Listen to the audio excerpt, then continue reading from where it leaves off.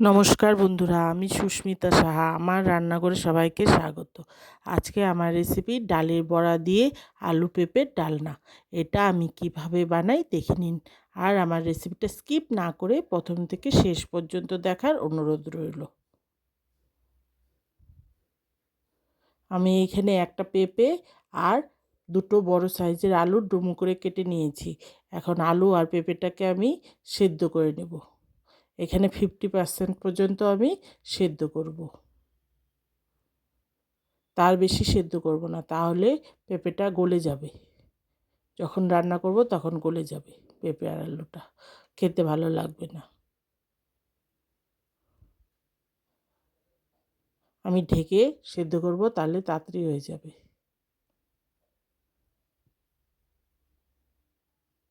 আর এইদিকে আমি সারা রাত্রির ডাল ভিজিয়ে রেখেছিলাম। আমার এখানে 4 কাপের 1 কাপ ডাল আছে। সেটাকে ভিজিয়ে আমি ধুয়ে নিয়েছি সকালবেলা। তারপর আমি এখন কাঁচা লঙ্কা দিয়ে বেটে নেব। আপনারা চাইলে পাটায়ও বাটতে পারেন, আমি এখানে মিক্সিতে বেটে নিয়েছি। আর ডালের মধ্যে সামান্য অল্প লবণ দিয়ে ফেটিয়ে নিচ্ছি। আমি ভালো করে ফেটিয়ে নিয়েছি। ভালো করে ডালটা ফেটিয়ে নিলে বড়াগুলো সফট হয়, সেই জন্যে খেতে ভালো লাগে। আর আপনাদের ইচ্ছা মতো ডালের বড়াগুলো ভেজে নেবেন। যেভাবে ছোট বড় যেভাবে আকার দিতে ইচ্ছে করে সেভাবে দিয়ে ভেজে নেবেন। একদম বেশি বড় করবেন না, তাহলে ভালো হয় না। মিডিয়াম সাইজ করে ভাজবেন।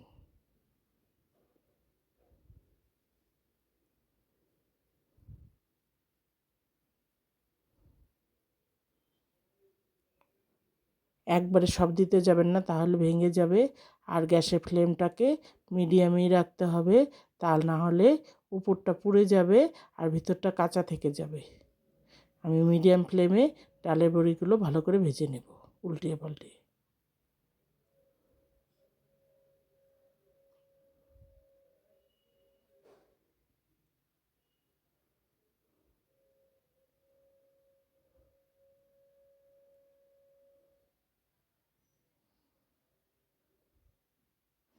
আর এখানে আমি ডালের বড়িগুলো একটু কড়া করেই ভেজেছি।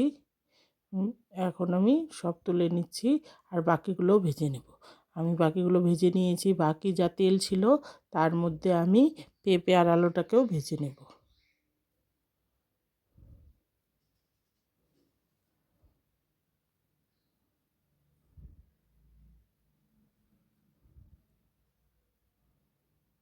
দিয়ে দিচ্ছি সামান্য অল্প নুন আর হলুদ।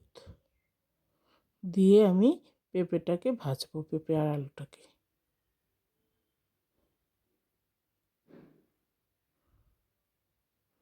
আমি আলু আর পেঁপেটাকে ভেজে নিয়েছি।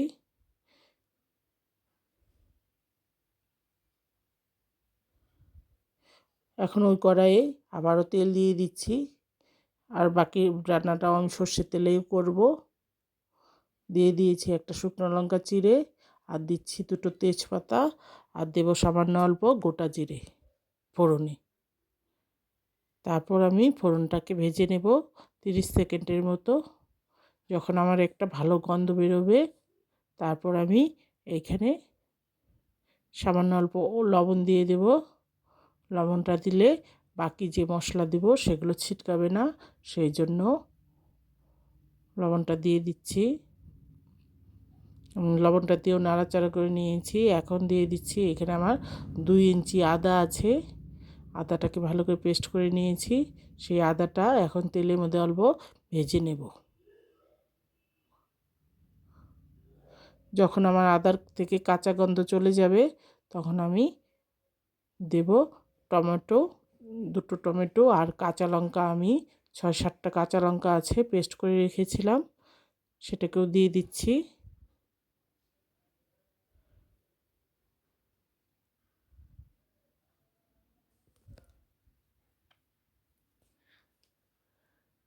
টমেটোর থেকে কাঁচা গন্ধ চলে গিয়েছে, আমি ভেজে নিয়েছি 2 মিনিটের মতো। তারপর দিয়ে দিচ্ছি সামান্য অল্প মিক্সিং জার ধুয়ে জল।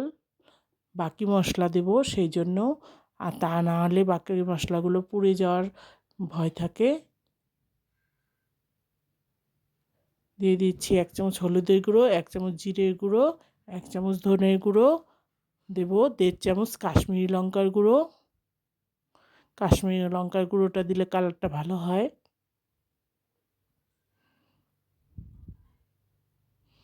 তারপর মিশিয়ে নেব।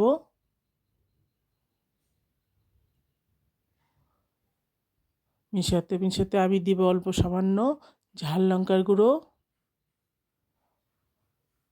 আমি এখানে অল্প সামান্য ঝাল লঙ্কার গুঁড়ো ব্যবহার করেছি, আপনারা ঝালটা বুঝে দেবেন। আমার এখানে কাঁচা লঙ্কার বেশি ব্যবহার করা হয়েছে, সেই জন্য ঝালটা আমি অল্প দিয়েছি, আপনারা বুঝে ঝালটা দেবেন। তারপর আমি মশলাগুলোকে ভালো করে কষিয়ে নেব। আমি 7-8 মিনিট ভালো করে মশলাটাকে কষাবো। সামান্য অল্প জল দেব, আর জল দিয়ে আমি মশলাটাকে কষিয়ে নেব। তাহলে মশলাটা ভালো কষেও যাবে আর পুড়েও যাবে না। আমার মশলাটা কষে গিয়েছে, দেখুন তেল ছেড়ে দিয়েছে। এখন আমি আলু পেঁপেটাকেও দিয়ে দিচ্ছি। আমি আলু পেঁপেটাকে দিয়েও 3 মিনিটের মতো কষিয়ে নেব। তার মধ্যে দিয়ে দিচ্ছি সামান্য অল্প চিনি। আমার এখানে 1 চামচের মতো চিনি আছে।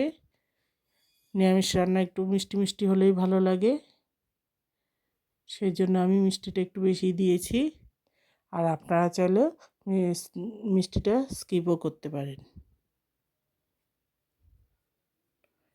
মিষ্টিটা দিয়েও আমি পেঁপেটা আর আলুটাকে ভালো করে কষিয়ে নেব।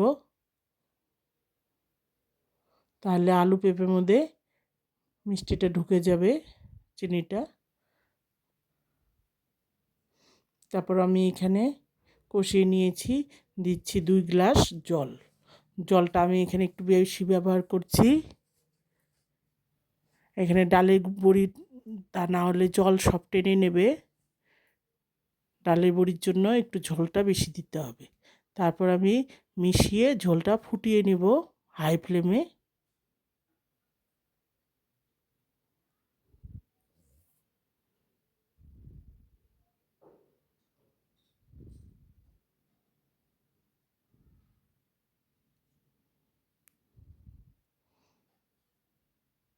দিয়ে দিচ্ছি স্বাদ মতো লবণ।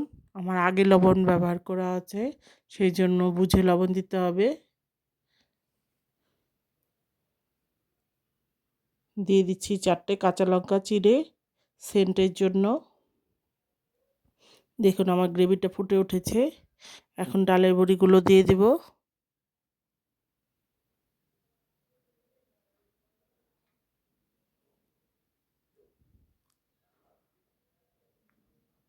ডালের বড়িটা দিয়ে আমি একটু মিশিয়ে তারপর গ্যাসের ফ্লেমটা লোতে করে দিয়ে 10 মিনিট ঢাকা দিয়ে হতে দেব।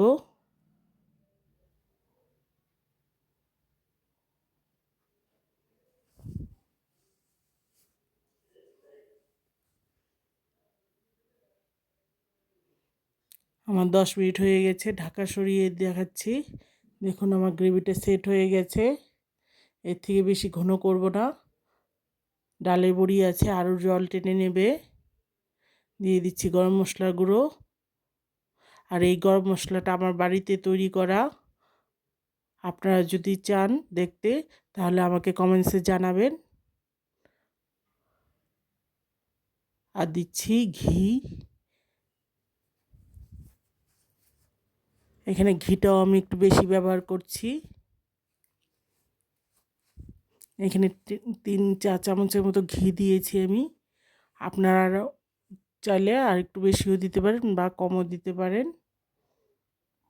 এখন আমি গ্যাসটা বন্ধ করে ঢাকা দিয়ে 5 মিনিট স্ট্যান্ডিং টাইমে রেখে দেব। দেখুন আমার গ্রেভিটা সেট হয়ে গেছে। এখন আমি পরিবেশন করে দেখাচ্ছি, একটা পাত্রে বেড়ে দেখাচ্ছি আপনাদেরকে। দেখুন এই রেসিপিটা যে কোনো নিরামিষ দিনে করে খাবেন, আর আমাকে কমেন্টসে বলবেন যে খেতে কেমন হয়েছে। আর আমার রেসিপিটা যদি ভালো লাগে প্লিজ লাইক করবেন আর শেয়ার করবেন বন্ধুদের সঙ্গে। আর আমাকে উৎসাহিত করে নতুন রেসিপি পাওয়ার জন্য প্লিজ একটা সাবস্ক্রাইব করবেন, আর পাশে থাকা বেল আইকনটি প্রেস করবেন। ভালো থাকবেন, সুস্থ থাকবেন, ধন্যবাদ। আর আমার রেসিপিগুলো দেখবেন।